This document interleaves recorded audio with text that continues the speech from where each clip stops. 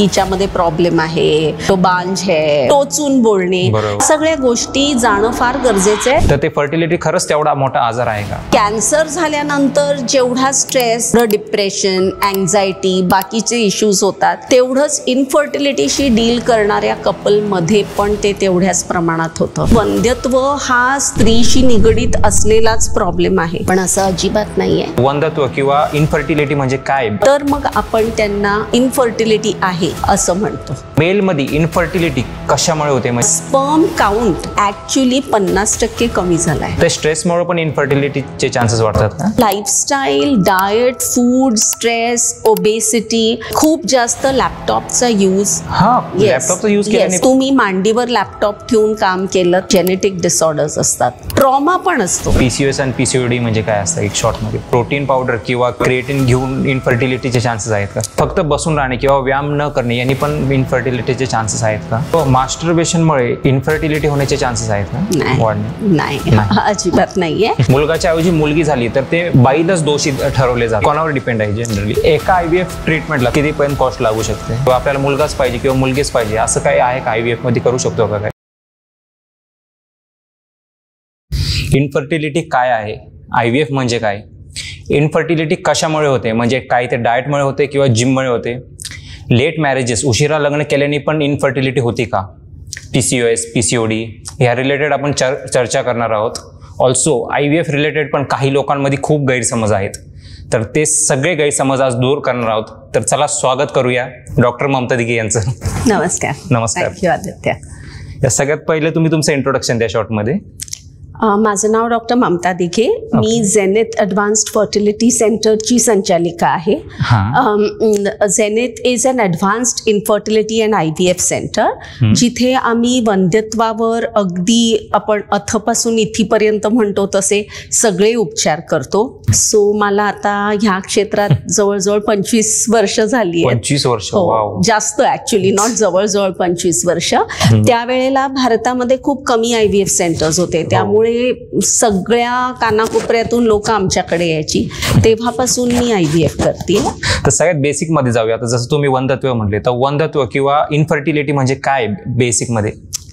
Infertility म्हणजे आता जर लग्न झाल्यानंतर जेव्हा लोक प्रेग्नन्सीसाठी ट्राय करायला लागतात, तर असं नसतं की प्रत्येक महिन्यालाच जेव्हा अंड फुटेल तेव्हा लगेच बाळ राहील. सो त्यामुळे काय होतं, कधी कधी नैसर्गिकरित्या सगळं चांगलं असतानाही बाळ व्हायला वेळ लागतो. आणि म्हणून तो कालावधी 1 वर्षाचा दिलेला आहे की 1 वर्षामध्ये एखाद्या जोडप्याला जे प्रेग्नन्सीसाठी ट्राय करतायत त्यांना प्रेग्नन्सी झाली पाहिजे. जर 1 वर्ष ट्राय करूनही जोडप्याला प्रेग्नन्सी नाही झाली, तर मग आपण त्यांना इनफर्टिलिटी आहे कपलला असं म्हणतो. सो याला वंध्यत्व म्हणतात. कपलला म्हणजे आता ते मेलला फिमेलला दोन्हीला डिफर करतं, राईट? तर सगळ्यात पहिला आपण मेलचा पार्ट कव्हर करूयात. तर मेलमध्ये इनफर्टिलिटी कशामुळे होते, म्हणजे बेसिक रिझन्स आपण जाणून घेऊ शकतो. So I think you cot that word Aditya, की कपलला. कारण इनफर्टिलिटी हे एक गोष्ट आहे जिथे आपण दोघांना एकत्र बघणंच गरजेचं आहे. You know, like they say, once you are married your a unit, तसं once you are planning for a baby also your a unit. मग प्रॉब्लेम मेलमध्ये असो फिमेलमध्ये असो, ते दोघांना एकत्र येऊनच त्याच्याशी डील करणं गरजेचं असतं. आणि again it's a good thing that you said that let's look at the male factor first. कारण युजली आधी फिमेल फॅक्टरच बघितला जातो. कारण बाय डिफॉल्ट असं लोकांना वाटतं की वंध्यत्व हा स्त्रीशी निगडीत असलेलाच प्रॉब्लेम आहे. पण असं अजिबात नाहीये. कारण बाळ व्हायला जसं अंड लागतं तसं शुक्राणू पण लागतात. सो शुक्राणूमध्ये प्रॉब्लेम असला तरीही बाळ होणार नाही. सो पुरुषांमध्ये वंध्यत्व म्हणजे जे शुक्राणू असतात धातूमध्ये किंवा सीमन सॅम्पलमध्ये, त्याच्यामध्ये जर त्याचा काउंट किंवा त्याची हालचाल किंवा त्याची मॉर्फॉलॉजी म्हणजे शुक्राणू एका विशिष्ट पद्धतीचं दिसायला लागतं. त्याच्या हेडची साईज एवढी असायला लागते, टेल एका विशिष्ट पद्धतीने असायला लागते. जर त्याच्यामध्ये प्रॉब्लेम्स असले तर मग त्या पुरुषाला वंध्यत्व होऊ शकतं. So main focus of male issues fertility हे सीमन सॅम्पल आणि स्पर्म्सशी निगडीत असतात. पण आता स्पर्म्सची चा काउंट कमी का झाला किंवा त्याची हालचाल कमी का झाली किंवा ते अबनॉर्मल स्पर्म्स का आहेत याची कारणं वेगवेगळी असतात आणि बरीच असतात. तेच कारण आपण जाणून घेऊयात आता. सो अशी आता काय झालंय गेल्या काही वर्षामध्ये म्हणजे असं बाय रिसर्च आढळून आलंय की गेल्या 40 वर्षांमध्ये स्पर्म काउंट ऍक्च्युली 50% कमी झालाय. म्हणजे 50%? हो, म्हणजे आज आम्ही म्हणतो की धातूमध्ये 1 ml साधारण जर धातू दिला, पुरुषामध्ये कसं होतं शुक्राणू शरीराच्या बाहेर पडू शकतात बरोबर. त्यामुळे आम्हाला शुक्राणू मायक्रोस्कोपच्या खालती घालून टेस्ट करता येतात आणि ते काउंट करता येतात. तर जेव्हा सीमन सॅम्पल येतं शुक्राणू मायक्रोस्कोपिक असतात, ते डोळ्याला दिसत नाही. जेव्हा धातू बाहेर पडतो तेव्हा व्हाईट लिक्विड असतं. सो ते किती दिलंय व्हाईट लिक्विड ते आपण बघतो. जर 1 ml लिक्विड दिलेलं असेल म्हणजे किंवा सीमन सॅम्पल दिलेलं असेल तर त्याच्यामध्ये साधारण 16 मिलियन स्पर्म्स जर आपल्याला सापडले तर मग हा काउंट नॉर्मल आहे असं मानलं जातं. जर 16 मिलियन पेक्षा कमी असलं तर मग याच्यामध्ये काउंट कमी आहे असं धरलं जातं. आणि जर 2 ml दिलं व्हॉल्यूम तर मग 16 आणि 16 असं 32 मिलियन तुम्हाला काउंट मिळेल. आता कारणं काय आहेत? कारणं बरीच आहेत. आय थिंक लाईफस्टाईल हा एक फारच मोठा मेजर प्रॉब्लेम आहे. But the good part is की लाईफस्टाईल प्रॉब्लेम आहे तर तो तुम्ही सुधारू पण शकता. सो ती एक गोष्ट आहे जी तुमच्या हातात आहे. Obesity is a factor, stress is a factor. लोकांना जरी कळलं नाही तरी स्ट्रेसमुळे तुमच्या शरीरातले हॉर्मोन्स वर खाली होतात. आणखीन त्या हॉर्मोन्समुळे तुमच्या रिप्रोडक्टिव्ह हॉर्मोन्सवर प्रॉब्लेम होऊ शकतो. So lifestyle, diet, food, stress, obesity, खूप जास्त लॅपटॉपचा यूज, लॅपटॉपचा यूज केला एस्पेशली जर तुम्ही मांडीवर लॅपटॉप ठेवून काम केलं तर. कारण ते वेव्स सगळे, म्हणून आम्ही नेहमी ऍडवाइस करतो की टेबलावर ठेवा. टेबलावर ठेवला तर प्रॉब्लेम नाहीये, पण you have to be aware of these things. Infections जी कधी कधी चाइल्डहुड मध्ये होतात ज्याचं आपल्याला कळत पण नाही, लाईक मम्स, त्याच्यामुळे पण पुरुषांमध्ये काउंटवर प्रॉब्लेम होऊ शकतो. कधी कधी जेनेटिक डिसऑर्डर्स असतात ज्याच्यामुळे शुक्राणू आपल्या गोटीमध्ये किंवा टेस्टिसमध्ये प्रॉपरली तयारच होत नाही. सो अशी कैक कारणं आहेत. ट्रॉमा पण असतो. काही लोकांना कधीतरी इजा झालेली असते आणि मग ते बरं होतं, पण त्यामुळे ज्या वेळेला गोटीवर परिणाम होतो, टेस्टिसवर परिणाम होतो, तर तिकडचे जे शुक्राणू बनवणारे सेल्स असतात त्याचं फंक्शनिंग अफेक्ट होतं आणि मग शुक्राणूंचा काउंट कमी होऊ शकतो. सो अशी काही कारणं आहेत ज्याच्यामुळे इन्फर्टिलिटी होते मेल्समध्ये. आणखीन एक खूप कॉमन कारण आहे ज्याला आम्ही म्हणतो व्हॅरिकोसील. व्हॅरिकोसील म्हणजे टेस्टिसला किंवा गोटीला आपण मराठीत म्हणतो, त्याला प्रत्येक अवयव आपल्या शरीरात त्याला रक्तपुरवठा तर पाहिजेच, त्याच्याशिवाय काहीच चालू शकत नाही. म्हणून आपण म्हणतो हृदय बंद पडलं की काहीच होऊ शकत नाही. तर गोटीला जे रक्तपुरवठा करतात त्या ज्या वाहिन्या असतात त्या जर डायलेट झाल्या, डायलेट म्हणजे त्यांचा टोन, कारण त्याला पंप करायला लागतं चांगलं ब्लड फ्लो होण्यासाठी, पण जर त्याचा टोन गेला, ते असे डायलेट होऊन बसले, तर मग काय होतं की तो रक्तस्राव तिकडे प्रॉपरली फ्लो होत नाही. त्यामुळे टेस्टिसला प्रॉपर ब्लड सप्लाय आणि ऑक्सिजनेशन मिळत नाही आणि मग त्या वेळेला पण मग शुक्राणूंची संख्या कमी होते.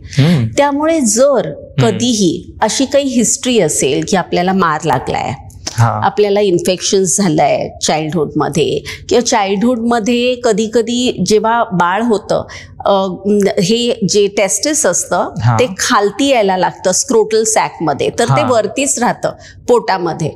अशी जर हिस्ट्री असेल किंवा जर तिकडे दुखणं चालू झालं तर लगेच डॉक्टरांना भेटणं फार महत्वाचं आहे. म्हणजे ते लहानपणापासूनच आधीपासूनच क्युअर करावं लागतं, समजा लहानपणी काही इजा झाली असेल.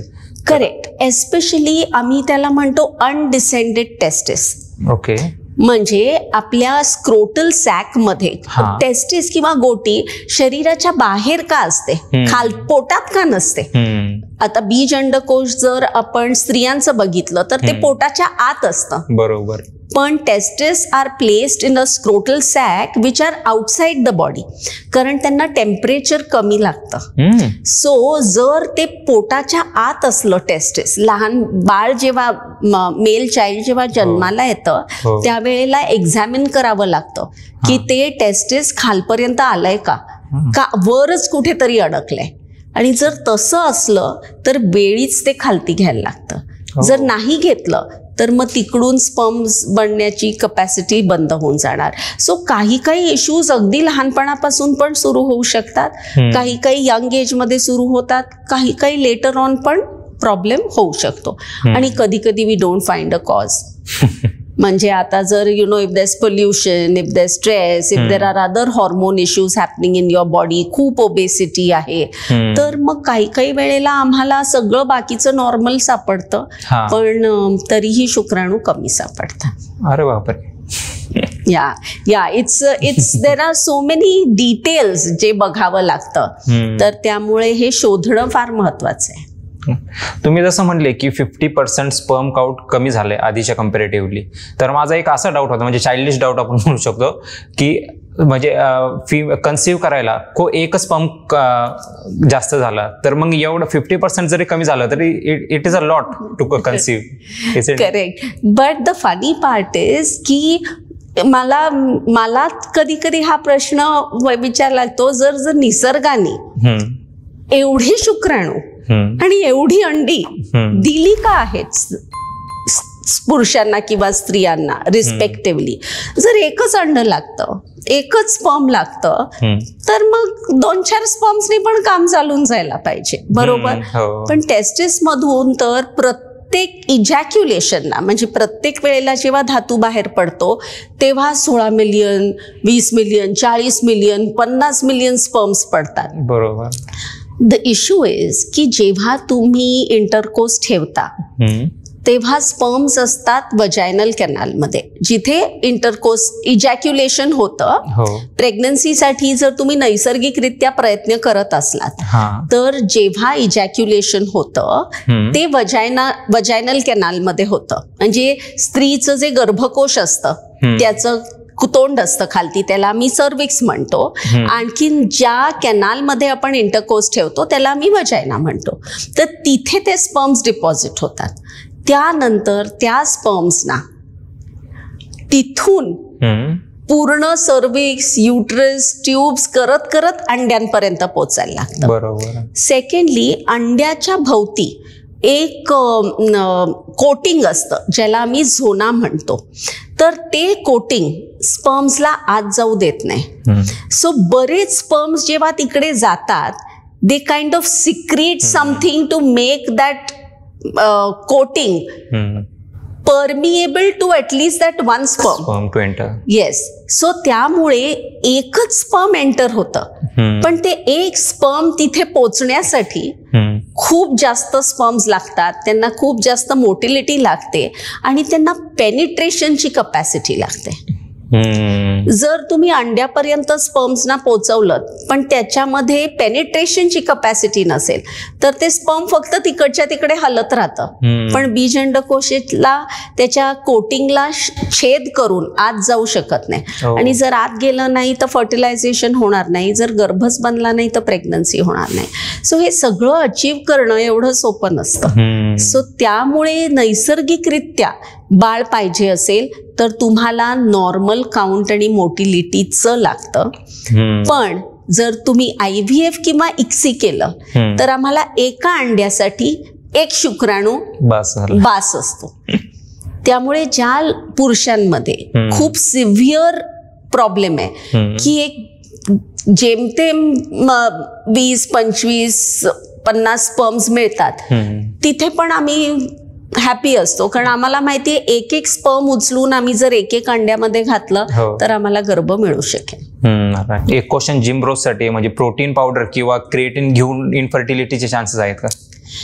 Not really, unless it also contains steroids, right. हल्ली म्हणजे स्त्रियांना वजन कमी करणे आणि पुरुषांना मसल्स डेव्हलप करणे, पण त्याच्यासाठी जर तुम्ही स्टेरॉइड इनटेक करायला लागलात, एस्पेशली जर टेस्टोस्टेरॉन वगैरे सारखे घटक तुम्ही घेतलेत, तर जेव्हा तुम्ही ते घटक घेता त्यावेळेला शरीरामध्ये ना आपलं शरीर इतकं म्हणजे ऑफकोर्स म्हणजे करणारा इज लाईक अ मॅजिशियन, पण इतकं त्याचा बॅलन्स आहे की जे तुम्ही करता त्याचं लगेच फीडबॅक ब्रेनला मिळतं, आणि जे कमी आहे ते वाढवण्याचा प्रयत्न करतं ब्रेन, आणि जे जास्त आहे ते कमी करण्याचा प्रयत्न करतो. सो जर तुम्ही बाहेरून टेस्टोस्टेरॉन घेतलं तर ब्रेनला वाटतं की आपल्याकडे जास्त टेस्टोस्टेरॉन आहे, म्हणून टेस्टिसमधून ॲक्च्युअल नॅचरल जी प्रोडक्टिव्हिटी असते टेस्टोस्टेरॉनची आणि स्पर्म्स बनवण्याची क्षमता, ते ब्रेन हळूहळू बिकॉज इट्स थिंकिंग दॅट खूप टेस्टोस्टेरॉन आहे कमी करतं. आणि जर तुम्ही खूप दीर्घ काळासाठी हे घेत राहिलात तर मग इव्हन टोटल स्पर्म्स बनणं थांबू पण शकतं गोटीमधून. ऑल्सो आता ज्यांची लाईफ जे IT एम्प्लॉईज आपण म्हणू शकतो त्यांचं बैठं काम असतं, तर बैठक फक्त बसून राहणे किंवा व्यायाम न करणे यांनी पण इन्फर्टिलिटीचे चान्सेस आहेत का? सो जेव्हा तुम्ही lethargic sedentary kind of lifestyle होतं तेव्हा तुमचं वजन वाढतं, डिस्ट्रीब्युशन ऑफ फॅट होतं, फॅट डिपॉझिशन जास्त तुमच्या पोटाकडे वाढतं. सो अशा याच्यामध्ये हॉर्मोनल चेंजेस पण व्हायला लागतात, तुमचा प्रॉपर ब्लड फ्लो पण थांबतो. हे सगळं जर झालं, परत लेथार्जिक लाईफस्टाईल किंवा सेडेंटरी लाईफस्टाईलनी रात्रीची झोप नीट न लागणं, मग उशिरा झोपणं, उशिरा उठणं, हे सगळ्या ज्या गोष्टी start in a vicious cycle, या सगळ्यांमुळे इफेक्ट होतो आणि तो इफेक्ट स्पर्म काउंटवर पण होतो. अरे बापरे. ऑल्सो तुम्ही एक लॅपटॉपचं एक्झाम्पल दिलं होतं, लॅपटॉप जवळ ठेवून काम केलं तर त्यांनी पण इन्फर्टिलिटीचे चान्सेस वाढतात. म्हणजे लॅपवर ठेवून, कारण तुम्ही सतत तिकडे जर कधी कधी तुम्ही चार्ज पण करत असता तर लॅपटॉप लॅपवरच ठेवून करत असता.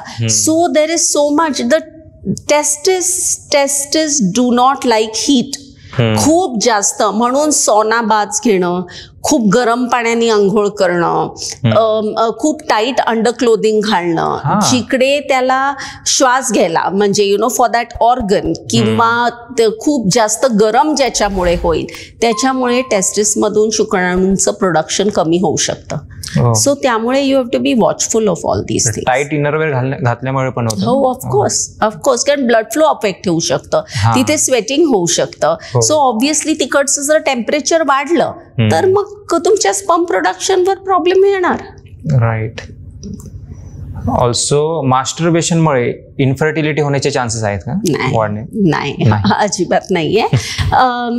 जर खूप जास्त झालं तर एका टेम्पररी पिरियडसाठी तुमचा काउंट थोड्या वेळ अफेक्ट होतो, कारण then you are constantly ejaculating, right. पण असं नाही की त्याच्यामुळे तुम्हाला इन्फर्टिलिटी होईल. सो मॅस्टरबेशनमुळे इन्फर्टिलिटी झाली आहे इज अ मिथ.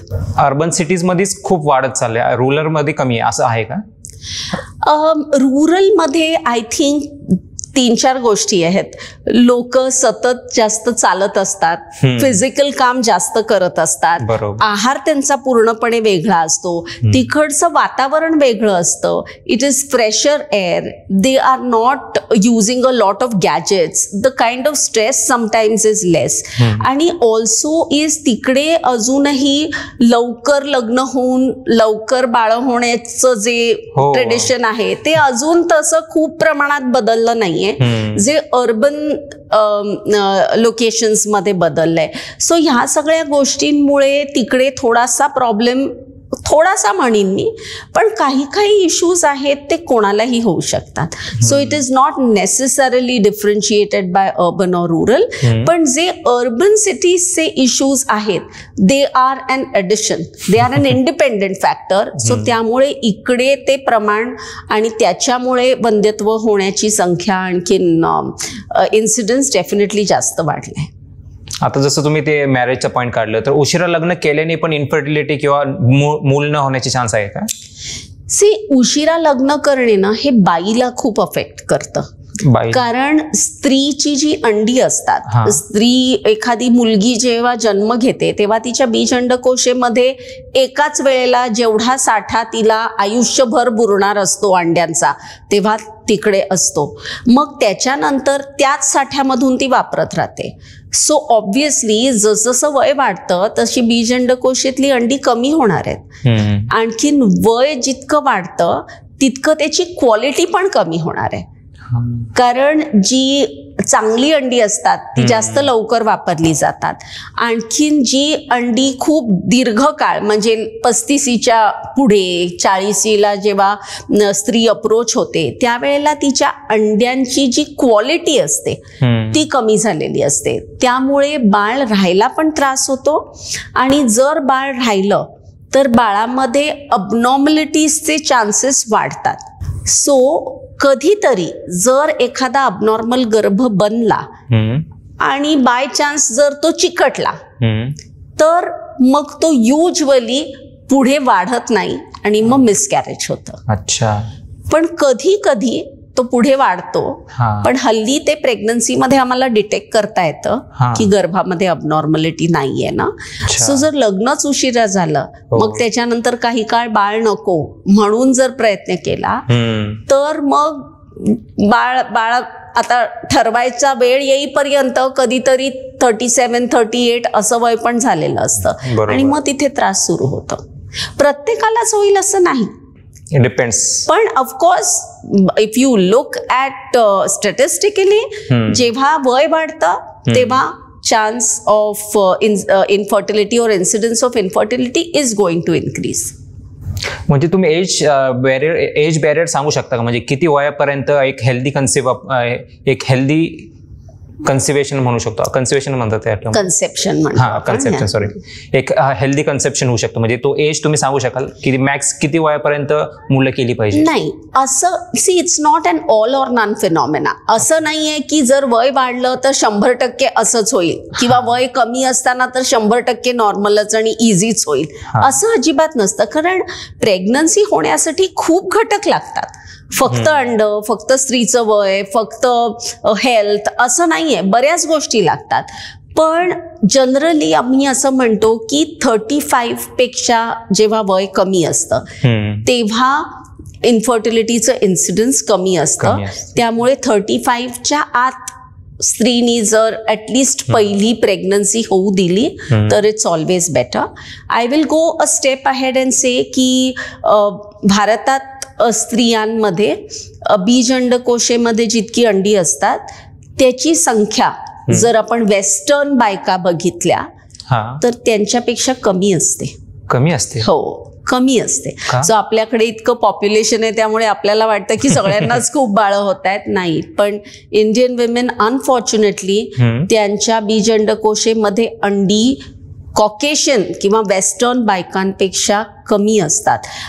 जर एखादी वेस्टर्न स्त्री असेल तिला 36ला जितकी अंडी तिच्या बीज अंडकोशात असतील तितकीच आपल्या इंडियन स्त्रीला 30 इयर्सच्या एजला असते. म्हणजे we are advanced in reproductive age. म्हणजे बीज अंडकोशेमधली जी अंडी आहेत ती संपण्यामध्ये आपण खूप फास्ट आहोत. त्यामुळे आपल्याला 6 वर्ष कमी वेळ मिळतोय तसं बघितलं गेलं तर. सो आय वुड से की आपल्या इकडच्या स्त्रियांनी जर 32-33 पर्यंत प्रेग्नन्सी एक जर ॲटलिस्ट होऊ दिली तर इट इज डेफिनेटली गुड. अच्छा. ऑल्सो मेल फॅक्टर मध्ये म्हणजे मेलचं काय एजशी रिलेटेड नाही ना एवढं काय? Yes and no. कारण असं बघितलंय की जेव्हा मेलचं एज 45-50च्या वर जायला लागतं तेव्हा 45-50 येस तेव्हा त्यांच्या पण स्पर्म वर इफेक्ट्स व्हायला लागतात. हो, पण खूप उशिरा होतं. तोपर्यंत युजली कपल्सनी प्रेग्नन्सी प्लॅन केली असते त्यामुळे त्यांचा इफेक्ट एवढं बाळांवर होतंय हे आपल्याला दिसत नाही. आणि आपल्याकडे खूप सेलिब्रिटी स्टोरीज असतात की at the age of 70 Warren Buffett हे ते, म्हणजे इतक्या लोकांना मुलं झाली आहेत. पण आता रिसर्च असं सांगतं की जितकं म्हणजे जर 55, 60 अशा एज ग्रुपच्या जर पुरुषांना नैसर्गिकरित्या किंवा इवन अदरवाईज जर बाळं झाली तर त्यांच्यामध्ये त्यांना अबनॉर्मलिटीज नसतील, पण त्यांच्यामध्ये ऑटिझमचा चान्स, स्किझोफ्रेनियाचा चान्स हे वाढू शकेल. ऑल्सो आता मेल फॅक्टरमध्ये स्ट्रेस पण हा पण एक खरं मोठा फॅक्टर आहे का? किंवा वर्किंग प्रोफेशनल्सला जॉब किंवा बिझनेस करणाऱ्यांना जॉबचा स्ट्रेस असतो किंवा इतर कोणत्याही गोष्टीचा स्ट्रेस असतो, तर ते स्ट्रेसमुळे पण इन्फर्टिलिटीचे चान्सेस वाढतात का? हो, दोघांमध्येही स्ट्रेसमुळे फिमेल किंवा मेल दोघांमध्येही अफेक्ट होऊ शकतो. कारण जे स्ट्रेस हॉर्मोन असतं ना, that is a cholesterol based hormone, म्हणजे कॉर्टिसॉल आपण म्हणतो त्याला. आणि आपले जे रिप्रोडक्टिव्ह हॉर्मोन्स असतात, म्हणजे स्त्रीमध्ये इस्ट्रोजन, पुरुषामध्ये टेस्टोस्टेरॉन, त्याचं जे प्रिकर्सर आम्ही म्हणतो, म्हणजे प्रत्येक हॉर्मोन बनण्याची एक चेन असते. सो ह्याच्यामधून हे बनतं, ह्याच्यामधून हे बनतं, आणि मग फायनली आता इस्ट्रोजन बनतं किंवा टेस्टोस्टेरॉन बनतो. सो ज्या वेळेला तुमचं प्रिकर्सरमध्ये प्रॉब्लेम होतो, तुमच्या हॉर्मोन्समध्ये पण प्रॉब्लेम होऊ शकतो. सो स्ट्रेस हॉर्मोन, ज्याला आम्ही कॉर्टिसॉल म्हणतो, ते जर वाढलं तर तुमच्या इस्ट्रोजन आणि टेस्टोस्टेरॉन हॉर्मोनमध्ये इम्बॅलन्स होऊ शकतो. तर त्यामुळे प्रॉब्लेम होतो. आणखीन you can have infertility. Another thing, आता रिसर्च असं सांगतं की जे गर्भ चिकटण्यासाठी, आता लोकांना काय वाटतं की गर्भकोश जस्ट थांबलंय, गर्भ आला की लगेच ते चिकटवून घेईल आपल्याला, पण असं नसतं. ऍक्च्युली गर्भकोश त्या गर्भासाठी एक बॅरियर बनवतं, आणि जर तुम्हाला स्ट्रेस जास्त असला तर ते बॅरियर जास्त डिफिकल्ट होतं त्या गर्भाला छेदून तिकडे चिकटायला. सो या सगळ्या गोष्टींमुळे गर्भधारणेवर परिणाम होऊ शकतो स्ट्रेसचा. अच्छा, आता आपण मेन्सचा फॅक्टर कव्हर केला, आता महिलांचे काही फॅक्टर्स कव्हर करूया. तर महिलांमध्ये इन्फर्टिलिटी कशामुळे वाढते? दोन गोष्टी आहेत. एक म्हणजे कशामुळे असू शकते, आणि सेकंड कशामुळे वाढू शकते नसलेली इन्फर्टिलिटी. राईट. कशामुळे असू शकते म्हणजे जर बीज अंडकोशेमध्ये अंड्याचा प्रॉब्लेम असला, अंड्याची क्वांटिटी कमी असली, क्वालिटी खराब असली, तर अशा कारणांमुळे प्रॉब्लेम्स होऊ शकतो. महिलांमध्ये ऍक्च्युली 3 घटक महत्वाचे आहेत. एक म्हणजे अंडी, जी बीज अंडकोशीमधून येतात, दुसरं म्हणजे गर्भकोश, आणि तिसरं म्हणजे गर्भनलिका. सो बीज अंडकोश आणि गर्भकोशाच्या मध्ये असतात गर्भनलिका, जे एग आणि स्पर्म्स ला भेटवून देण्याचं काम करतात. सो या 3 घटकांमध्ये जर प्रॉब्लेम असला, अंड्यांमध्ये, गर्भनलिकेमध्ये किंवा गर्भकोशेमध्ये, तर मग स्त्रीला वंध्यत्व होऊ शकतं. आता सेकंड म्हणजे की जिचं हे सगळं नॉर्मल आहे, पण खूप काळ गेलाय, आणखीन प्रेग्नन्सी तिने डिसाईड केलं पोस्टपोन करायची, पण त्याच्यामुळे आता बीज अंडकोशेमधली अंडी खूप प्रमाणात कमी झाली आहे, तर मग जे नसलेलं वंध्यत्व होतं ते होऊ शकतं असा. आणि लास्टली काही काही गोष्टी असतात जे खूप रेअर असतात, पण ज्याला आम्ही इम्युनॉलॉजिकल फॅक्टर म्हणतो. म्हणजे की जर ते गर्भ, एखाद्या स्त्रीला जेव्हा गर्भ आपल्या गर्भकोशेमध्ये सामावून घ्यायचा असतो, तर कसं आहे, आता फॉर एक्झाम्पल, आता जर जेव्हा आपल्याला कोविड झाला, तेव्हा शरीराने लगेच काय डिटेक्ट केलं की हे काहीतरी डेंजरस आहे, दिस इज नॉट माय बॉडी, मी याला रिजेक्ट केलं पाहिजे. तर तसंच गर्भामध्ये पण पूर्ण गर्भ हा फक्त स्त्रीचं शरीर नसतं, त्याच्यामध्ये तिच्या नवऱ्याचा पण घटक असतो. सो द बॉडी नोज की ही फक्त माझं शरीर नाहीये, काहीतरी नवीन आलंय आपल्या शरीर. सो ते त्या बॉडीनी अडॅप्ट करायला लागतं की आता हे मी सामावून घेईन, याचं पालन पोषण करीन. जर तिकडे काही इश्यूज असले की बॉडी त्याला रिजेक्ट करत राहिली, तर मग गर्भ चांगला असूनही कधी कधी तो गर्भ रिजेक्ट केला जातो आणि मग वंध्यत्व होतं. सो अशी बरीच कारणं आहेत, पण मेन 3 कारणं म्हणजे बीजअंडकोश, गर्भनलिका आणि गर्भकोशेमध्ये जर प्रॉब्लेम असलं तर मग स्त्रियांना वंध्यत्व होऊ शकतं. आणि ऑल्सो ते आधीचे फॅक्टर जसं ते लाईफस्टाईल वगैरे ते यात पण इन्क्लूड ते तर दोघांमध्येही महत्वाचे आहेत. येस. ऑल्सो पीसीओडी आणि पीसीओएस हा पण एक फॅक्टर आहे का? सो पीसीओडी आणि पीसीओएस म्हणजे एक हॉर्मोनल इम्बॅलन्स असतो. सो याच्यामुळे बीज अंडकोशेमध्ये अंड्यांचं प्रमाण चांगलं असूनही हॉर्मोनच्या इम्बॅलन्समुळे अंड नीट वाढत नाही, नीट फुटत नाही. जर अंड नीट वाढलं नाही, फुटलं नाही तर ऑब्व्हियसली स्पर्म बरोबर ते फर्टिलाइज होणार नाही.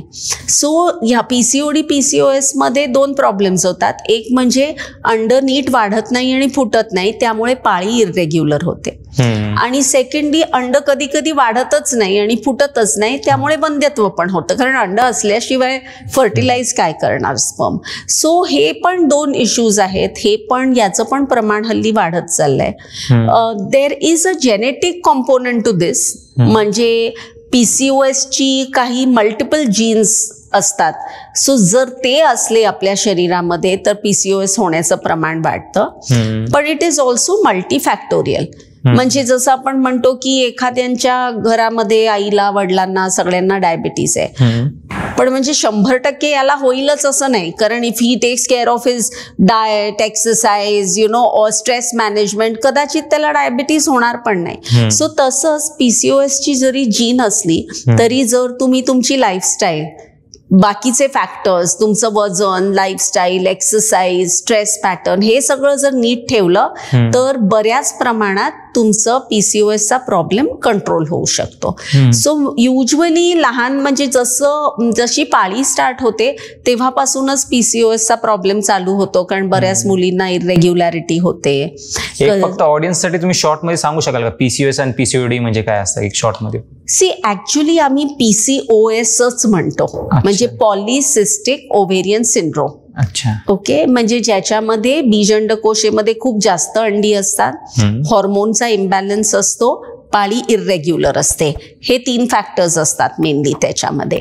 पीसीओडी म्हणजे जेव्हा तुम्हाला सोनोग्राफी जेव्हा आम्ही करतो, आणखीन बीज अंडकोशेमध्ये बरीच जास्त अंडी दिसतात आपल्याला ओव्हरीमध्ये किंवा बीज अंडकोशेमध्ये ऑन सोनोग्राफी, तेव्हा आम्ही त्याला पीसीओ ओव्हरीज किंवा पीसीओडी म्हणतो. पण mainly the syndrome classically is called PCOS, ज्याला पॉलिसिस्टिक ओव्हेरियन सिंड्रोम असं म्हणतात. सो ज्या वेळेला तुम्हाला पीसीओची ट्रीटमेंट करायची असते फॉर अ बेबी, त्यावेळेला आम्हाला काय करायला लागतं की जो हॉर्मोनल इम्बॅलन्स झालाय तो करेक्ट करावा लागतो. त्यांना लाईफस्टाईल मॉडिफिकेशन बऱ्याच प्रमाणात सांगावं लागतं. ज्यांना पीसीओएस असतो त्यांना अंडरलाईंग इन्सुलिन रेझिस्टन्स पण असतं, म्हणजे अशा लोकांना डायबिटीज होण्याचा चान्स जास्त असतो. सो त्यांना इन्सुलिन रेझिस्टन्सवर पण काम करावं लागतं. आणि मग आम्हाला अंड नीट वाढवण्यासाठी त्यांना कधी कधी एखादी गोळी द्यायला लागते. सो प्रत्येक स्त्रीला जिला पीसीओएस आहे तिला वंध्यत्व होईलच असं अजिबात नाही. वंध्यत्व जरी झालं असलं तरीही तिला मोठ्या ट्रीटमेंट्स करायला लागतील असं प्रत्येकाला होईलच असं काही नाही. सो मिनिमल बेसिक ट्रीटमेंट्स करूनही पीसीओएस थोडंसं मॅनेज करून प्रेग्नन्सी होऊ शकते. ऑफकोर्स काही काही वेळेला पीसीओएस असताना IVFची गरज लागते. आता ऑल्सो इनफर्टिलिटी आहे हे चेक करायला काही टेस्ट आहेत का मेल आणि फिमेलसाठी दोन्हीसाठी? इन्फर्टिलिटी आहे हे चेक करायला टेस्टच लागतात. कारण एखादं जोडपं जेव्हा आमच्याकडे येतं तर ते एकदम हेल्दी असतात, त्यांना काही इश्यूज नसतात. सो कळणार कसं की यांना प्रॉब्लेम्स इश्यूज का होत आहेत? सो ते टेस्टवरूनच कळतं. सो बीज अंडकोशेमध्ये अंडी किती प्रमाणात आहे हे सगळ्यात महत्त्वाची टेस्ट आहे, ज्याला आम्ही AMHची टेस्ट म्हणतो, अँटीम्युलेरियन हॉर्मोन. ते रक्त तपासाद्वारे केलं जातं हे स्त्रीमध्ये. आणि ऑफकोर्स तिची बाकीची रिप्रोडक्टिव्ह हॉर्मोन्स म्हणजे थायरॉइड, प्रोलॅक्टिन हे सगळं नॉर्मल आहे ना, शुगर्स नॉर्मल आहेत ना, व्हिटॅमिन D, व्हिटॅमिन B12 हे सगळं तिच्या शरीरामध्ये पुरेसं आहे ना हे चेक होणं फार गरजेचं असतं. तसंच सोनोग्राफीद्वारे आम्ही चेक करतो की गर्भकोश ठीक आहे ना, बीजंडकोश नॉर्मल दिसतंय ना. आणखीन एक गर्भनलिका टेस्ट करायला पण तपास असतो, ज्याला आम्ही हिस्ट्रोसॅल्पिंगोग्राफी असं म्हणतो. तर जर लागलं तरच आम्ही ती टेस्ट करतो. सो ह्या टेस्ट स्त्रियांमध्ये केल्या जातात. आणि पुरुषासाठी धातूचा तपास हा सगळ्यात बेसिक आणि सगळ्यात महत्वाचा आहे. याच्यामध्ये पण ॲडव्हान्स टेस्ट असतात, ज्याला आम्ही स्पर्म DNA फ्रॅगमेंटेशन असं म्हणतो. सो काही पुरुष असे असतात ज्यांचं काउंट मोटिलिटी चांगली असते, पण शुक्राणूची क्वालिटी, त्याच्यात असलेला जो DNA घटक असतो त्याच्यामध्ये ब्रेक्स असतात आणि त्याच्यामुळे खराब क्वालिटीचे गर्भ बनू शकतात. तर त्याच्यासाठी पण एक टेस्ट असते. सो ह्या बेसिक टेस्ट करतात. DNA फ्रॅगमेंटेशनची टेस्ट आम्ही प्रत्येकासाठी नाही करत. जर आम्हाला वाटलं की ह्या पुरुषासाठी लागणार आहे तर मग आपण ती स्पर्म DNA फ्रॅगमेंटेशनची टेस्ट करतो. अच्छा, आता एक मेल आणि फिमेलसाठी दोन्हीसाठी सेपरेटली कव्हर करूयात. इनफर्टिलिटी अवॉइड करण्यासाठी पुरुषांनी काय काळजी घेतली पाहिजे? See, I think infertility avoid करण्यासाठी I would say the thing that is in your hand is your lifestyle. Right, that's the most important thing. तुम्ही काय खाता, काय नाही, तुमचं एक्सरसाइज कसं आहे, तुम्ही थोडंफार some breathing exercise. So I would say diet, exercise, stress management are 3 basic factors for both, for female and male. Secondly, मला असं वाटतं की थोडासा टेस्ट करून घेणं, कारण नाहीतर तुम्हाला कळणारच नाही की कोणाला इन्फर्टिलिटी आहे आणि कोणाला नाही. सो जर एक 6 महिने झाले आणखीन जर असं वाटलं की आपण ट्राय करतोय पण होत नाहीये प्रेग्नन्सी, तर मग फर्टिलिटीच्या टेस्ट करून घेणे म्हणजे एक अंदाज येतो की सगळं नीट आहे ना. जर सगळं नीट असलं तर खुशाल आणखीन काही दिवस, there is no need of treatment. तुम्ही you can try, but at least you know की एव्हरीथिंग इज नॉर्मल. आणि जर काही प्रॉब्लेम डिटेक्ट झाला तर मग त्याच्यावर उपाय करता येतात लवकर. So the advice is to get yourself checked in time. Also एक म्हणजे एक गैरसमज असा आहे की इन्फर्टिलिटी आहे म्हणजे आपल्याला खूपच मोठा काहीतरी आजार झालाय, तर तसं खरंच आहे का? कारण की ते खूप मोठं मिथ आहे. नाही, सी, इन्फर्टिलिटी हा इन अ वे आजार नाहीये. Both are hale and hearty in some ways, right. पण रिप्रोडक्शनवर प्रॉब्लेम झालाय आणि कधी कधी स्त्री तिच्या जागेवर आणि पुरुष त्याच्या जागेवर बोथ आर टोटली हेल्दी. पण कधी कधी त्यांचा पर्टिक्युलर एग आणि पर्टिक्युलर स्पर्म फर्टिलायझेशन मध्ये पण प्रॉब्लेम होऊ शकतो. सो इन्फर्टिलिटी असं अजिबात नाहीये की हा मोठा रोग आहे किंवा आजार आहे. पण at the same time infertility is a very important wellness factor. म्हणजे इन्फर्टिलिटीमुळे जो एखाद्या स्त्रीला किंवा जोडप्याला प्रॉब्लेम होऊ शकतो, त्याचा स्ट्रेस होऊ शकतो, that has been matched to having cancer. म्हणजे कॅन्सर झाल्यानंतर जेवढा स्ट्रेस किंवा जेवढं डिप्रेशन, अँझायटी, बाकीचे इश्यूज होतात, तेवढंच इन्फर्टिलिटीशी डील करणाऱ्या कपलमध्ये पण ते तेवढ्याच प्रमाणात होतं. सो त्यामुळे you can't push it under the carpet. So 2 गोष्टी, एक म्हणजे हा रोग नाहीये, पण it is a problem and it needs to be addressed in that way की it is a medical problem. याच्यामध्ये स्त्रीमध्ये काही माझ्यामध्ये इश्यू आहे, I am not a woman enough और I am not a man enough, याचा काही प्रश्नच नाही आहे. It is a medical problem and it must be addressed in that वे. आणि मग कधी कधी जर IVF ची गरज पडली तर मग त्या बाजूकडे वळणं, त्याचं इन्फॉर्मेशन नीट घेणं, ते पण तेवढंच महत्वाचं असतं. कारण लोकांना भीती वाटत राहते, त्यामुळे ते IVF टाळत राहतात. पण जर IVF ची गरज लागणार असेल तर ते वेळेत केलेलं फार महत्वाचं आहे. अच्छा, म्हणजे ते पण वेळेत व्हायला पाहिजे. कारण जितकी चांगली तुमची अंडी, जितकी चांगली तुमचे शुक्राणू, जितकं कमी तुमचं वय, तितकं तुम्हाला IVF द्वारे सक्सेसचा चान्स जास्त. 2 महत्वाचे घटक फॉर IVF सक्सेस रेट, एक म्हणजे स्त्रीचं वय, सेकंड म्हणजे ड्युरेशन ऑफ इन्फर्टिलिटी, म्हणजे किती काळ वंध्यत्व आहे. जितका जास्त काळ वंध्यत्व तितका सक्सेसचा चान्स कमी होतो. सो त्यामुळे आपल्या हातात जी गोष्ट आहे ती तरी नाही घालवायला पाहिजे. जर एवी तेवी नंतर IVF लागणारच आहे हे जर तुम्हाला क्लिअर कट कळलंय तर मग ते जितकं तुम्ही लवकर कराल तितकं जास्त चांगलं. म्हणजे मूल होत नाही त्यामुळे लोक खूप गिल्टमध्ये जातात, मेल किंवा फिमेल दोघं पण, किंवा आपल्याला मूल होत नाही. समाजात पण एक गिल्ट फॅक्टर आपण म्हणू शकतो, किंवा समाजात वावरताना पण त्यांना एक असं गिल्ट येतं आतमधून. आता मेन जास्त करून ते एक्सप्रेस नाही करत पण ते हातल्यात खूप रडत असतात. ऑल्सो फिमेलमध्ये पण सेम असंच, किंवा फिमेलला पण लोक समाजात खूप नावं ठेवले जातात. फर्टिलिटीकडे कोणाला तरी दोष देऊन असा दृष्टिकोन जर ठेवला तर त्याचा काहीच उपयोग होत नाही.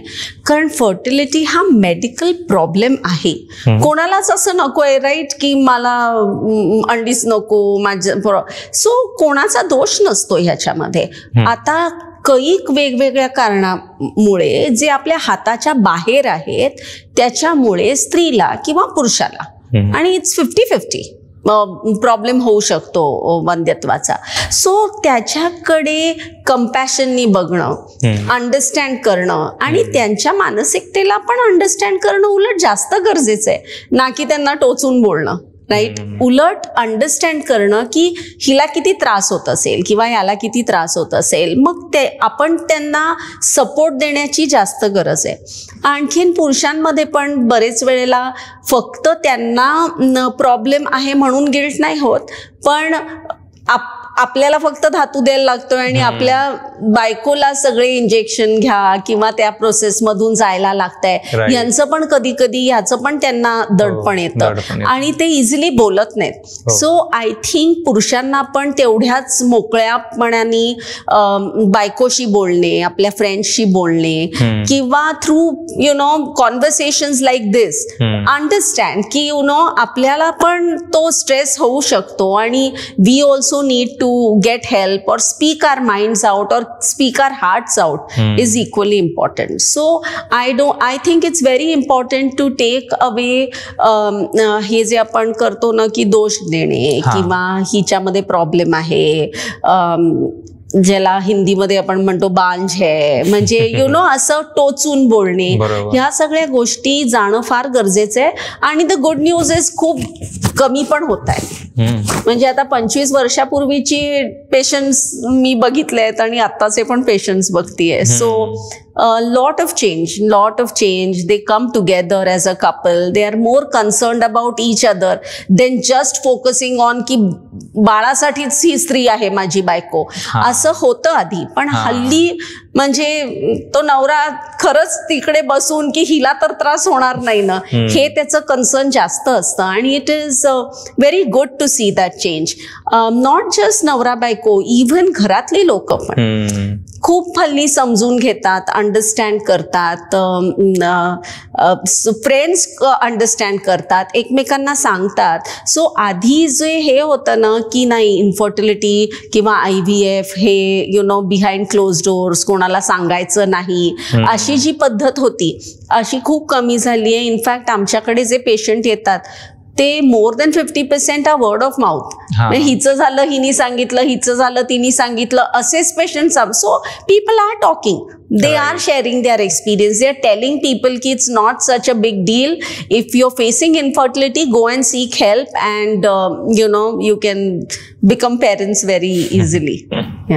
Also अजून एक वेगळा असा क्वेश्चन आहे, म्हणजे जसं तुम्ही म्हणले मेन्स गिल्टमध्ये जातात, तर असे कन्व्हर्सली पण काही लोक आहेत म्हणजे म्हणजे मुलगाच्या ऐवजी मुलगी झाली तर ते बाईलाच दोषी ठरवले जातात. तर तसं करणं खरंच बरोबर आहे का? कारण की ते कोणावर डिपेंड आहे जनरली? नाही, मुलगा किंवा मुलगी होणं हे पुरुषावर डिपेंडेंट आहे. स्त्रीमध्ये 2 X क्रोमोझोम असतात, सो ती फक्त Xच कॉन्ट्रीब्यूट करू शकणार.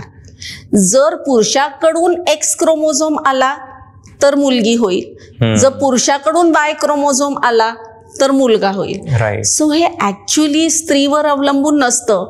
ऍक्च्युली म्हणजे जर म्हटलं अवलंबून आहे तर पुरुषावर आहे, पण कोणाचाच कंट्रोल नाहीये what is going to happen, right? कारण it is just a natural selection what happens. So त्यामुळे यू कांट रिअली चूज की X क्रोमोझोम आहे का Y क्रोमोझोम आहे. असं आहे. आता IVF कडे वळूयात. आता सगळ्यात पहिले IVF म्हणजे काय, फुल फॉर्म काय त्याचा, आणि बेसिक पासून तुम्ही सांगू शकाल काय प्रोसेस आहे ती?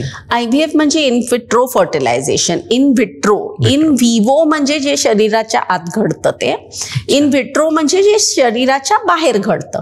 ज्या वेळेला आम्ही स्त्रीचं अंड जे नैसर्गिकरित्या कधीच शरीराच्या बाहेर पडणार नाही, ते अंड जेव्हा आम्ही शरीराच्या बाहेर काढतो आणि मग शुक्राणू घेऊन त्या अंड्याला शरीराच्या बाहेर लॅबॉरेटरीमध्ये फर्टिलाइज करतो किंवा फलित करतो, त्याला इन विट्रो फर्टिलायझेशन किंवा IVF असं म्हटलं जातं. अच्छा, म्हणजे दोन्हीचे म्हणजे दोन्ही सीमन आणि एग्स हे दोन्ही बाहेर काढून बाहेर फर्टिलाइज करून, करेक्ट, ते त्याचा गर्भ लॅबॉरेटरीमध्ये वाढवला जातो.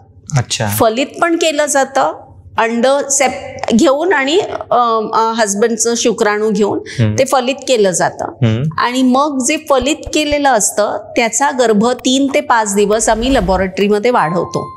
अच्छा, त्यामुळे IVF लॅबॉरेटरीमध्ये शरीराच्या आत, स्त्रीच्या शरीराच्या आत जशी एन्व्हायरमेंट असेल तसंच आम्हाला तिकडे लॅबॉरेटरीमध्ये मेंटेन करावं लागतं. आणि म्हणून IVF मध्ये सेंटर टू सेंटर म्हणा किंवा वेगवेगळ्या याचे सक्सेस रेट्स चेंज होतात. कारण तुम्ही तुमचं मशिनरी कुठली वापरता, तुमचे इन्क्युबेटर्स किती चांगले आहेत, तुमची लॅब किती मेंटेन्ड आहेत. म्हणजे आमच्या लॅबॉरेटरीमध्ये डस्ट पार्टिकल्स नाही येऊ शकत. VOCs म्हणजे जे खूप परफ्यूम वगैरे सारखे स्मेल्स आहेत ज्याच्यामधून ऑर्गॅनिक कंपाऊंड्स रिलीज होतात, हे सगळं काहीही गर्भाला चालत नाही. तर त्यामुळे लॅबचं टेम्परेचर, त्याची ह्युमिडिटी, तिथे डस्ट पार्टिकल्स पण नाही आहेत ना, तिथे कुठल्याही प्रकारचा वास, VOCs, काही एमिट होणारे कंपाऊंड्स, केमिकल्स नाही आहेत ना. तुमची लॅबॉरेटरीमधले जिथे गर्भ आम्ही ठेवतो त्याला आम्ही इन्क्युबेटर्स म्हणतो. कुठल्या प्रकारचे इन्क्युबेटर्स आहेत, त्याला त्या इन्क्युबेटर्सला जिकडून गॅसेस मिळत आहेत ते गॅसेस किती चांगल्या पद्धतीचे आहेत, हे सगळं महत्त्वाचं असतं. कारण लॅब म्हटलं तर तुम्ही इन्क्युबेटर आणि हे पण ठेवू शकता किंवा 4 भिंतींमध्ये पण लॅब करू शकता. पण ज्याला आम्ही म्हणतो की दिस इज अ मॉड्युलर लॅबॉरेटरी, म्हणजे तिकडे ह्या सगळे घटक याची काळजी घेतली जाते. एअर हँडलिंग युनिट्स असतात त्याच्यामध्ये की जे एअर आत येते ते खूप वेळेला प्युरिफाय होऊनच मग ते लॅबॉरेटरीमध्ये येतं. फक्त इन्क्युबेटरमध्ये नाही पण पूर्ण लॅबॉरेटरीला. म्हणजे जर एवढा भाग माझी लॅबॉरेटरी असेल तर तिकडे बाहेरचं ॲटमॉस्फिअर नाही येते, तिथून वरच्या एअर हँडलिंग युनिट मधून बाहेरचं ॲटमॉस्फिअर मल्टिपल टाइम्स फिल्टर करून मगच तिकडे येते. येस, त्यामुळे ह्या सगळ्या गोष्टींकडे तुम्ही किती लक्ष देता, तुमची लॅबॉरेटरी किती मेंटेन्ड आहेत, तुमची एम्ब्रिओलॉजिस्टचा एक्सपिरियन्स काय आहे, ते किती लवकर एग्ज आणि स्पर्म्स हँडल करून, कारण अंड्याला शरीराच्या बाहेर राहायची सवय नाहीये. जर खूप वेळ तुम्ही त्याच्याबरोबर हे असं बकडा, ते असं करा करत राहिलात तर तो गर्भ चांगला बनणार नाही. सो तुमचे एम्ब्रिओलॉजिस्ट किती एक्सपिरियन्स्ड आहेत, ते किती फास्ट अंड्यांना फर्टिलाइज करून परत लगेच इन्क्युबेटरमध्ये टाकता, ते किती तुमचं इन्क्युबेटर मेंटेन करतायत, ह्या सगळ्या म्हणजे ज्या आमचे स्टेशन्स असतात, आम्ही ज्याला IVF स्टेशन्स म्हणतो, तिथे जर आम्ही फक्त अंड कसं दिसतंय मायक्रोस्कोप खालती हे बघायला जरी ती पेट्री डिश ठेवली, छोटीशी अशी खोलगट अशी बशीसारखी असते ज्याला आम्ही पेट्री डिश म्हणतो, त्याच्यात ते अंड असतं, तर ते जरी बघायला ठेवलं तरीही ते सरफेस हिटेड असायला पाहिजे. तुम्ही थोडं जरी ते मेंटेन नाही केलं, आणि हिटेड म्हणजे आज 40 डिग्री असं नाही चालत, ते बरोबर 37 डिग्रीजच असायला लागतं. सो ह्या सगळ्या इतक्या महत्वाच्या गोष्टी आहेत, त्यामुळे centre to centre IVF lab to lab success rates very होतात. आणि ते पण सक्सेस रेट असतात. हो, IVF मध्ये 100% प्रेग्नन्सी होईलच अशी गॅरंटी नसते. कारण गर्भ जरी बनवून आत टाकला तरी शरीर त्याला कसं एक्सेप्ट करेल, राईट, काय आणखीन इश्यूज होऊ शकतील, प्रत्येक वेळेला ते चिकटेलच असं नाही. सो बरेच आणखीन घटक असतात. सो त्यामुळे पण जर तुमची लॅब स्ट्रॉंग असली तर तुमचं success rate is going to be much better. Also ती गर्भानंतर तुम्ही जसं म्हणले 5 दिवस ठेवल्यानंतर मग ते परत पुढे मग ते नॉर्मल प्रोसेस जसं नॉर्मल प्रेग्नन्सी असते तसंच पुढे कॅरी केलं. सो 3 महिने त्यांना सपोर्ट द्यावा लागतो, कारण IVF असतं तर त्यामुळे बाहेरून थोडा हॉर्मोनल सपोर्ट द्यायला लागतं आपल्याला 3 महिने. पण 3 महिने झाल्यानंतर it is like a regular routine normal pregnancy, त्यामुळे काही प्रॉब्लेम नाही. IVF झालेलं असलं तर सिझेरियनच लागतं, नॉर्मल होऊ शकत नाही असं पण नाही. सिझेरियनच्या इन्सिडेन्स थोडा वाढतो, कारण IVF बेबी असतं, आपल्याला काही रिस्क घ्यायची नसते आणि त्यामुळे काही इश्यू वाटला तर मग युजली सिझेरियन चा रिसॉर्ट घेतला जातो. पण नाहीतर असं काही नाहीये की अगदी प्रॉपर 9 महिने प्रेग्नन्सी होऊन नॉर्मल डिलिव्हरी पण होऊ शकते. आणि ऑल्सो IVF मुळे काही कॉम्प्लिकेशन्स होण्याचे चान्सेस आहेत का? सो IVF मुळे 2 मेन कॉम्प्लिकेशन्स होतात. एक म्हणजे ज्याला आम्ही म्हणतो ओव्हेरियन हायपरस्टिम्युलेशन, म्हणजे खूप जास्त अंडी वाढल्यामुळे बीजअंडकोशाची साईज वाढते, ते मोठे होतात, ते ट्विस्ट होऊ शकतात. आणि सेकंड म्हणजे एकापेक्षा जास्त बाळ होणं, कारण आपण एका वेळेला एकापेक्षा जास्त गर्भ आत सोडत असतो कधी कधी. तर त्यामुळे हे 2 मेन कॉम्प्लिकेशन्स आहेत IVFचे. पण आता झेनेथमध्ये जसं मी म्हटलं, आमच्याकडे एक तर because of a lot of advance techniques that we follow, we can choose a good embryo. त्यामुळे बरेच वेळेला हळूहळू आता आम्ही सिंगल एम्ब्रिओ ट्रान्सफरकडे, म्हणजे एकच एम्ब्रिओ ट्रान्सफर करायचा याच्याकडे वळलोय. आणि सेकंड म्हणजे आता जर ज्या लोकांना खूप वेळेला IVF करूनही प्रेग्नन्सीज होत नसतात, असे पण पेशंट्स आमच्याकडे जास्त आहेत, म्हणजे मल्टिपल फेल्ड IVF सायकल्स. त्यामुळे अशा लोकांना पण परत कुठे प्रॉब्लेम झालाय, कशामुळे झालं नाहीये हे बघून त्यांना परत ट्रीटमेंट देऊन IVF द्वारे त्याचा पण सक्सेस रेट आमच्याकडे खूप चांगला आहे. इथे ॲट झेनेथ आम्ही काय केलंय की प्रत्येक गोष्टीसाठी ना एक सेपरेट विभाग आहे. म्हणजे male infertility is handled separately, female infertility is handled separately, fertility enhancing म्हणजे कधी कधी इन्फर्टिलिटीसाठी आपल्याला दुर्बिणीद्वारे काही छोट्या मोठ्या सर्जरीज करायला लागतात, तर त्यांना आम्ही फर्टिलिटी एनहॅन्सिंग एन्डोस्कोपिक सर्जरीज असं म्हणतो. सो ह्या प्रत्येक गोष्टीकडे प्रत्येक स्पेशलिस्ट आमचा वेगळ्या प्रकारे त्याच्याकडे बघून डिटेलमध्ये वी थिंक अबाउट इट. म्हणजे of course I am always overseeing everything, but suppose जर मला असं काही लागलं की ही जरा कठीण एन्डोस्कोपिक सर्जरी आहे, सो आम्ही मग that department will sit and decide and then take care of what needs to be done. आणि अगेन लाईक आय सेड, आवर एम्ब्रिओलॉजिस्ट जे आहेत लॅबमध्ये ते खूप एक्सपिरियन्स्ड आहेत. त्यामुळे अगदी हल्ली एक ट्रीटमेंट असते ज्याला आम्ही प्री इम्प्लांटेशन जेनेटिक टेस्टिंग म्हणतो. म्हणजे गर्भामध्येच शोधता येतं की काही जेनेटिक प्रॉब्लेम आहे का, त्याच्यासाठी खूप स्किल्ड एम्ब्रिओलॉजिस्ट लागते. सो आमचे एम्ब्रिओलॉजिस्ट हे आता म्हणजे जेव्हापासून सुरू झालंय ते करतायत. सो त्यामुळे प्रत्येक गोष्टीकडे लक्ष दिल्यामुळे success rate is very very good. म्हणजे असंच इतर IVF क्लिनिक किंवा झेनेथमध्ये अजून काय असं केलं जातं, म्हणजे ते स्पेसिफिकली IVF रिलेटेडच असतं का? येस, झेनेथ मध्ये आम्ही इन्फर्टिलिटी ट्रीटमेंटच करतो, म्हणजे IVFच करतो असं नाही. मग इन्फर्टिलिटीच्या कैक ट्रीटमेंट्स आहेत. ओके, जसं साधं काउन्सिलिंग, फक्त बोलणं, टेन्शन घालवणं यांनी पण होऊ शकतं.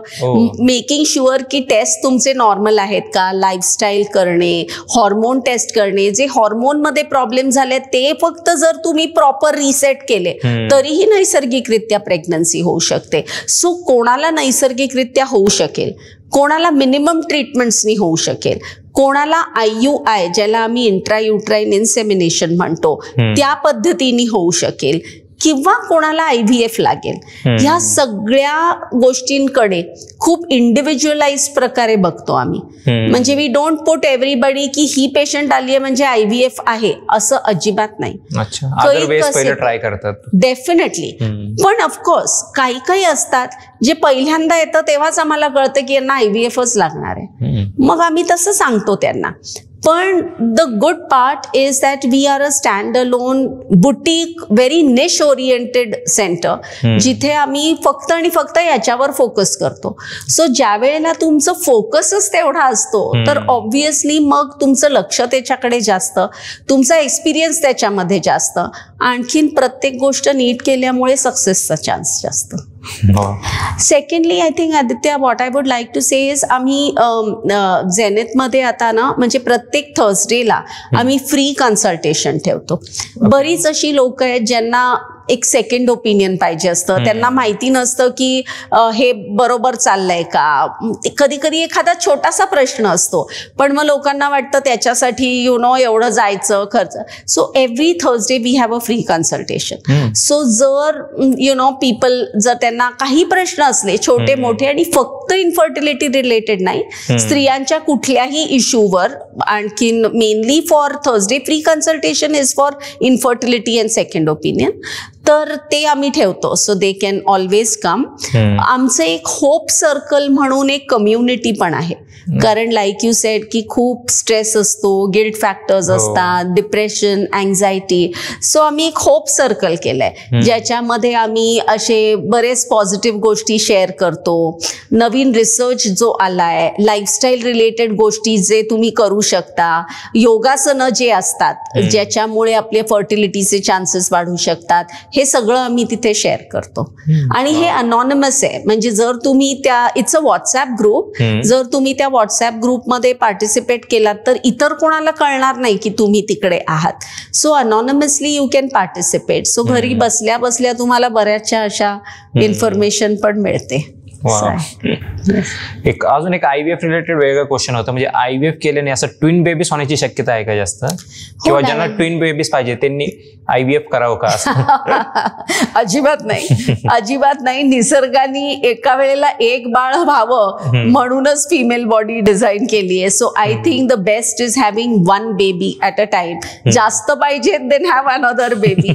पण IVF मध्ये काय होतं, आपण एकापेक्षा जास्त गर्भ आत सोडतो, कारण तो एक गर्भ कितपत चांगला आहे, तो नक्की रुजेल की नाही माहिती नसतो. त्यामुळे परत परत परत परत IVF करणं जरा कठीण होतं. त्यामुळे आपण एकापेक्षा जास्त गर्भ आत सोडला तर कधी कधी दोन्ही चिकटू शकतात, कधी कधी त्यापैकी एकच चिकटेल, कधी कधी दोन्ही नाही चिकटत.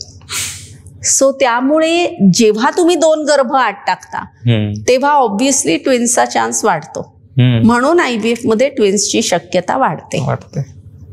ऑल्सो IVF केल्याने नंतर काही फिजिकल इम्पॅक्ट होण्याचे चान्सेस आहेत का महिलांच्या बॉडीवर, किंवा आपण म्हणू शकतो ओबेसिटी वाढणे म्हणा, किंवा ड्युरिंग प्रेग्नेन्सी पण काही असं फिजिकल बदल महिलांमध्ये घडतो का, किंवा फिजिकल प्रॉब्लेम्स इतर काही होऊ शकतात का, आहे का काही चान्सेस? तर सी हे ना आय थिंक एक मिथ आहे की IVF मुळे प्रॉब्लेम होतोय. सी IVF ज्या कारणाने करायला लागतं तिथेच मुळामध्ये प्रॉब्लेम्स असतात. त्यामुळे मोर देन IVF ची जे कॉजेस असतात त्यामुळे प्रॉब्लेम्स होऊ शकतात. लाईक काही स्त्रियांना आम्ही जसं म्हणतो ऑटो इम्युनिटी असते, म्हणजे त्यांच्या शरीरामध्ये रक्तपुरवठा ठीक नसतो, जे एम्ब्रिओ जे आम्ही आत घालतो तिकडे रक्तपुरवठाचा प्रॉब्लेम होतो. अशा स्त्रियांना ब्लड प्रेशर वगैरे डेव्हलप होतं कधी कधी नंतर. सो पण तो IVF मुळे होत नाहीये. सो प्रेग्नन्सीमध्ये IVF मुळे प्रॉब्लेम होईल असं अजिबात नाही. आता IVF केल्यामुळे तुम्हाला काही प्रॉब्लेम्स होऊ शकतील का, म्हणजे स्त्रीला लॉंग टर्म. एक म्हणजे शॉर्ट टर्म मध्ये थोडे हॉर्मोनल फ्लक्च्युएशन्स होतात, पण ते कम्प्लिटली शॉर्ट टर्म असतात, ते लॉंग टर्म राहत नाहीत. एक मोठा इश्यू लोकांना असतो की IVF केल्यामुळे कॅन्सरचा चान्स वाढतो का? ते पण एक आहे. So lot of studies have shown की IVF केल्यामुळे कॅन्सरचा चान्स वाढत नाही. By the latest American society of इन्फर्टिलिटीचे गाईडलाईन्स प्रमाणे जर काही इश्यूज असले स्त्रीच्या ओव्हरीमध्ये, लाईक एंडोमेट्रिओसिस किंवा इतर काही, आणि मग जर तुम्ही IVF केलं तर किंचित ओव्हेरियन कॅन्सरचा इन्सिडन्स वाढू शकतो. पण ते फक्त IVF केलंय म्हणून नाही, there could be other reasons also. पण हे जर सोडलं तर लॉंग टर्म इफेक्ट्स असे IVFचे शरीरावर पडत नाहीत. आणि हल्ली खूप नवीन ड्रग्ज आहेत, खूप नवीन पद्धतीने ते करता येतं, त्यामुळे शरीरावर होणारा जो वाईट परिणाम किंवा हॉर्मोन्सचा परिणाम पण आहे तो खूप कमी झालेला आहे. त्यामुळे it's become a very easy process. आमच्या इथे तर काही काही स्त्रिया म्हणतात, मॅडम कळलं पण नाही की माझं IVF झालंय. It is sometimes it's that easy. या ऑल्सो अजून काय काय असे मिथ आहेत IVF रिलेटेड? आता एक जसं म्हणजे काय कायना असं वाटतं की IVF केलं म्हणजे एक म्हणजे समाजात एक वेगळंच हे दृष्टिकोन, बघण्याचा दृष्टिकोन चेंज होतो की बाबा यांनी IVF केले, IVF थ्रू बेबी हा. तर तसे याच्या रिलेटेड अजून काय अदर मिथ्स आहे का IVF रिलेटेड?